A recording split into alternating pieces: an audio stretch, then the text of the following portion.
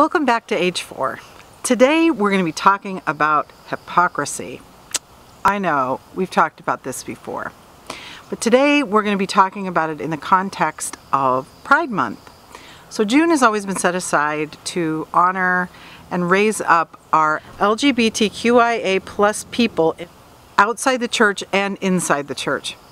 And I thought it might be helpful to understand why there is such a struggle right now, especially in the church, and some of the hypocritical things that have happened that have led us up to this point.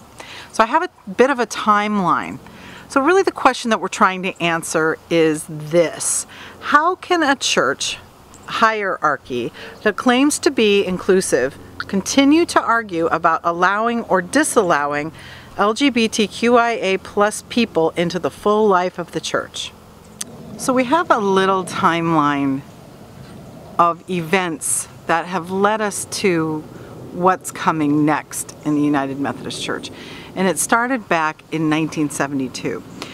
We have a document in the church called The Social Principles, and it talks about our stand on different topics. You can look up stands on the environment, on children, on marriage, also on human sexuality. And there's a lot of confusion in this document. And truthfully, the history of the document is filled with hypocrisy. So let's tackle that. Bravely, come with me. Here we go. So in 1972, the language of the Social Principles was changed to read, "We do not condone the practice of homosexuality and consider it incompatible with Christian teaching, and we do not recommend marriage between two persons of the same sex." Okay? So then this goes in 4-year increments, because the general population, voting population of the United Methodist Church meets every 4 years in what's called a general conference. So next, there were 3 statements added banning the use, in 1976, add 3 statements banning the use of church funds to promote homosexuality. All right? In 1980, the positions of the church in the Social Principles were left intact. Nothing was changed, even though many people protested against what was happening. And in 1984, adopted as the standard for ordained clergy is the commitment to fidelity in marriage and celibacy in singleness.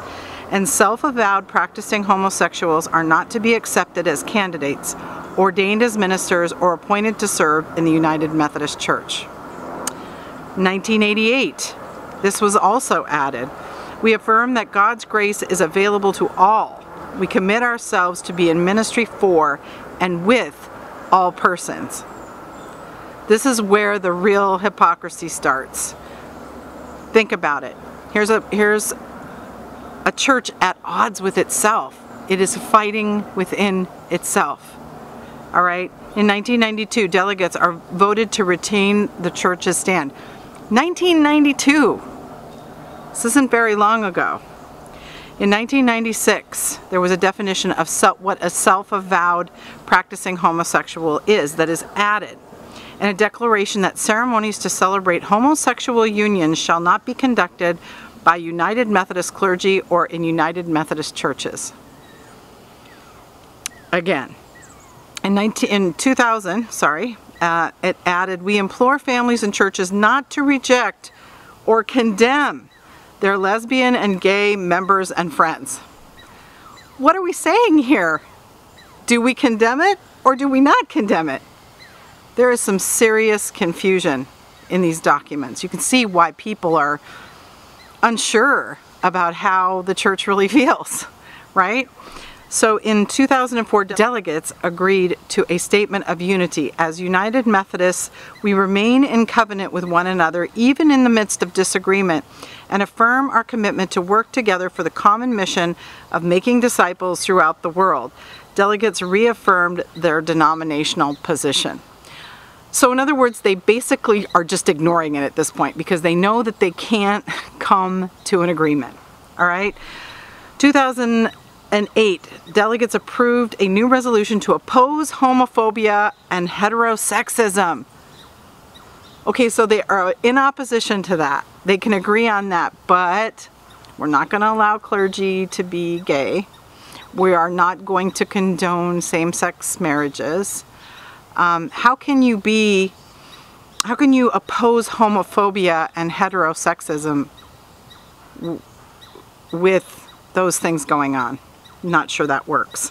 In 2012, 2 items stating Christians have different opinions about homosexuality were not approved, leaving the current language intact once again. And then in 2016, basically what happened, I was there, was that they were learning how the whole first 3 days of the conference were about having conversations about having to have conversations. And I'm not kidding about that. And they couldn't even decide to do that.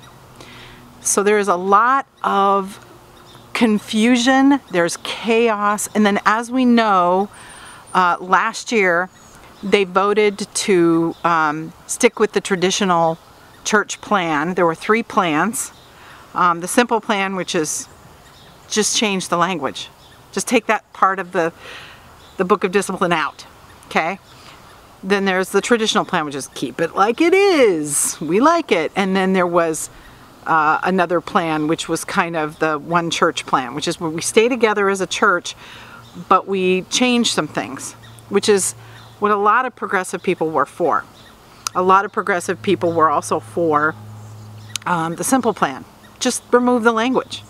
It's confusing, and it doesn't speak at all to what the Methodist Church is about.